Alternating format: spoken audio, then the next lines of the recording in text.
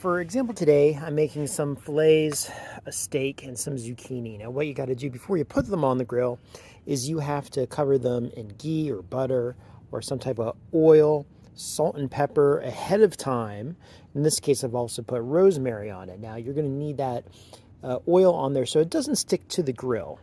Itself I have here is actually a charcoal grill, and what I'm going to be using is lump hard wood.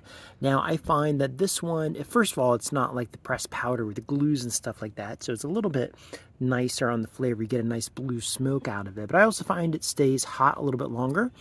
You're also going to be soaking chips to add some smoke to it, and the smoke is actually what's going to keep your meat red and put that red ring in it. So I have apple wood for sweet things, like if I were going to do pork, and then I have mesquite. While you're doing the whole cooking process, you're just going to soak the chips, and you can see the water's already taking on the color of the wood, and that's really going to bloom, and you're going to smell that right away as soon as you put it on the grill.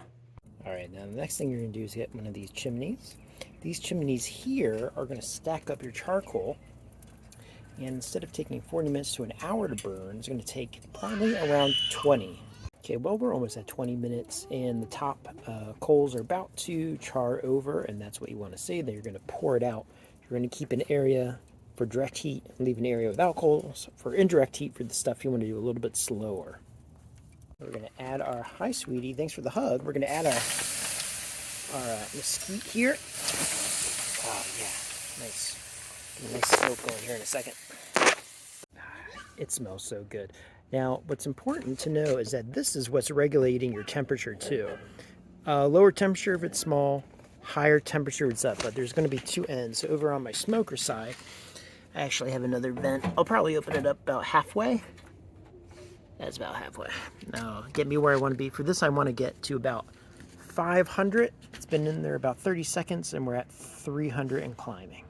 Thing too I should mention about this is you want to put the rack on the highest setting, bringing the coals super high to get the temperature higher. Like I said, we're trying to get to 500. That'll give us a good sear in there. So low is probably around 350, 400, 500 on the highest. Now we're going to go ahead and add our steaks on the hot side. Oh my gosh, what a sound. Now, these here have oil, vinegar, and salt, pepper, and herbes de Provence on them. Leave that in there about 5 minutes.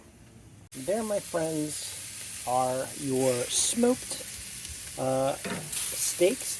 The smoke is what makes it red. It keeps the blood there. And that was only 5 minutes aside at 500. Happy barbecuing.